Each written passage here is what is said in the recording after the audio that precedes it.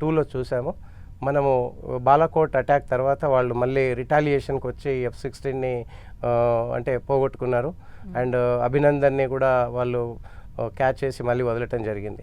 So దానిలో భాగంగానే ఈసారి కూడా అలా మనం ఎక్స్పెక్ట్ చేస్తాము ఏదో ఒకటి చేస్తారనేది.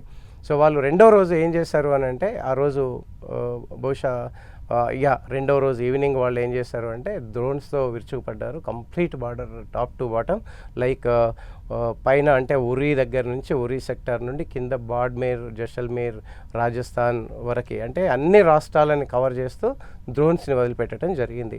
సో ఈ డ్రోన్ టెక్నాలజీ ఎక్కడి నుంచి వచ్చిందంటే, ఒకటి ఫస్ట్ చైనా నుంచి, తర్వాత టర్కీ నుంచి. టర్కీలో కూడా ఈ సిచ్యువేషన్ అరైవ్ చేసిన తర్వాత ఒక 350 నుండి 500 డ్రోన్స్ పంపినట్టుగా మనకి సమాచారం ఉంది.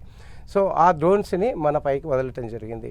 ఆ తర్వాత అక్రాస్ ద బార్డర్ కంప్లీట్గా ఆర్టిలరీ షెల్లింగ్ ఇంటెన్సిఫై చేయటం జరిగింది, పెంచడం జరిగింది. సో అది కూడా మనలాగా ప్రిసైజ్గా ఓన్లీ టెర్రరిస్టులు అని కాకుండా కంప్లీట్ సివిలియన్స్ పైన, రెసిడెన్సెస్ పైన, గురుద్వారా పైన, స్కూల్స్ పైన, టెంపుల్స్ పైన డ్యామేజ్ చేయడం జరిగింది. సో దానికి తగినట్టు మన వాళ్ళు రిటాలియేట్ చేసినా కూడా మనము ప్రొయాక్టివ్ కాకుండా రియాక్టివ్గా ఉన్నాం. వాళ్ళు చేసిన తర్వాతనే మనం చేస్తూ వస్తున్నాం. సో ఆ తర్వాత కూడా రెండో రోజు వాళ్ళు అదే డ్రోన్ అటాక్ తర్వాత మనము ఏం చేయాలి అని అన్నప్పుడు మన దగ్గర ఆల్రెడీ ప్లాన్ ఉంది, ఖచ్చితమైన టార్గెట్స్ ఉన్నాయి. మనకు తెలుసు వాళ్ళు టెర్రరిస్ట్ అటాక్ని తప్పకుండా ఆర్మీ బిహాఫ్లో తీసుకుంటారు, వాళ్ళు మళ్ళీ మన పైన అటాక్ చేస్తారని తెలిసినప్పటికీ కూడా తెలిసింది కాబట్టి మన వాళ్ళు ప్రొయాక్టివ్గా ఉన్నారు. అండ్ కంప్లీట్గా ఏం చేయాలనే సిస్టమేటిక్ ప్లానింగ్తో, స్ట్రాటజిక్ ప్లానింగ్తో ఉన్నారు. అంటే సార్, ఈ వార్లో ప్రధానంగా డ్రోన్స్ అనేవి కీలకమైన పాత్రను పోషించాయి. పాకిస్తాన్ ఎక్కువగా 99% డ్రోన్స్ని యూజ్ చేసింది కదా. సో ఆ డ్రోన్స్ని మన భారత ఆర్మీ ఏ విధంగా తిప్పికొట్టింది, ఇందులో కీలక పాత్ర పోషించినటువంటి తిప్పికొట్టకంటే ముందు మన డ్రోన్స్ ఏం పని చేశాయనేది మీకు చెప్పే ప్రయత్నం చేస్తాను. సో ఎప్పుడైనా కూడా వీళ్ళ డ్రోన్స్ అటాక్ రాగానే డ్రోన్స్ని మనము ఇంటర్సెప్ట్ చేయడానికి, వాటిని కొట్టడానికి మన దగ్గర అంటే ఆ డ్రోన్ యొక్క ఎఫెక్టివ్నెస్ ఏంటి దాన్ని బట్టి మన వాళ్ళు రియాక్ట్ అయ్యారు. కొన్ని గన్స్తో కొట్టారు, కొన్ని నార్మల్గా మన దగ్గర ఉండేటటువంటి ఆకాష్, తర్వాత L-70 గన్ ఉంటుంది, దాంతోనే న్యూట్రలైజ్ చేశారు most of the drones. So మన డ్రోన్ ఏం చేసిందమ్మా అంటే, పాకిస్తాన్లో ఫస్ట్ అన్మ్యాన్డ్ పైలటింగ్ ఫ్లైట్ని పంపించి కంప్లీట్గా రెక్కి చేసుకొచ్చింది. వాళ్ళ కమ్యూనికేషన్ పనిచేస్తుందా, రడార్ పనిచేస్తుందా అని. అది అయిన తర్వాత పనిచేస్తుంది అని తెలిసిన తర్వాత మనం డ్రోన్స్లో వాళ్ళ ఎక్విప్మెంట్ని నాశనం చేసేందుకు పంపించాం.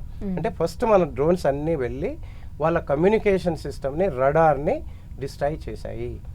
ఆ తర్వాత మనం ఏం చేసామంటే రాఫెల్స్తో బ్రహ్మోస్ తీసుకువెళ్ళి మనము అటాక్ చేయడం జరిగింది. ఇది యాక్చువల్ జరిగినటువంటి విషయం.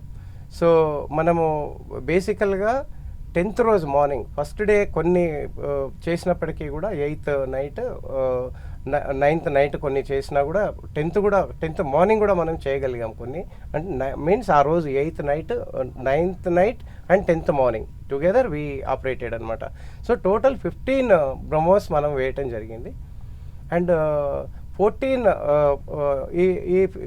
బ్రహ్మోస్ని 14 ఎయిర్పోర్ట్స్లో మనము, అంటే రడార్ సిస్టమ్ అనుకోండి, వాళ్ళ క్యారియర్ వెపనరీ సిస్టమ్ అనుకోండి, ఎక్కడైతే ఫైటర్స్ ఉంటాయో అక్కడ, అండ్ ఈవెన్ ఇస్లామాబాద్ దగ్గర ఏదైతే మెయిన్ అందరూ మాట్లాడుకుంటున్నారు ఇప్పుడు, ఏదైతే కిరాణా హిల్స్ అనేసి, మనకు తెలియదు కిరాణా హిల్స్ ఎక్కడుందో, ఇండియా వాళ్ళకి తెలియదు.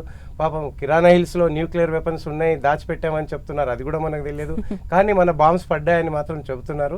సో దీన్ని బట్టి పాకిస్తాన్ క్లారిఫై చేయాల్సినటువంటి అవసరం ఉంది. రియల్గా బ్రహ్మోస్ అక్కడికి వచ్చి ఇన్ గేట్ అండ్ అవుట్ గేట్లో రియల్గా పడిందా, పడితే మీరే, మాకైతే తెలియదు అక్కడ వెపన్ ఉందనేది మన డిఫెన్స్ ఫోర్సెస్ చెప్తున్నటువంటి, మన స్పెషల్లీ DGMOs చెప్తున్నటువంటి విషయం.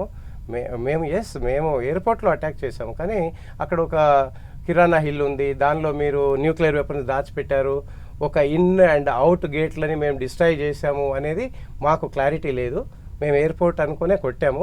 బహుశా మీరు చెప్తున్నారు, thank you for the information అనేది మన DGMOలు చెప్పడం జరిగింది.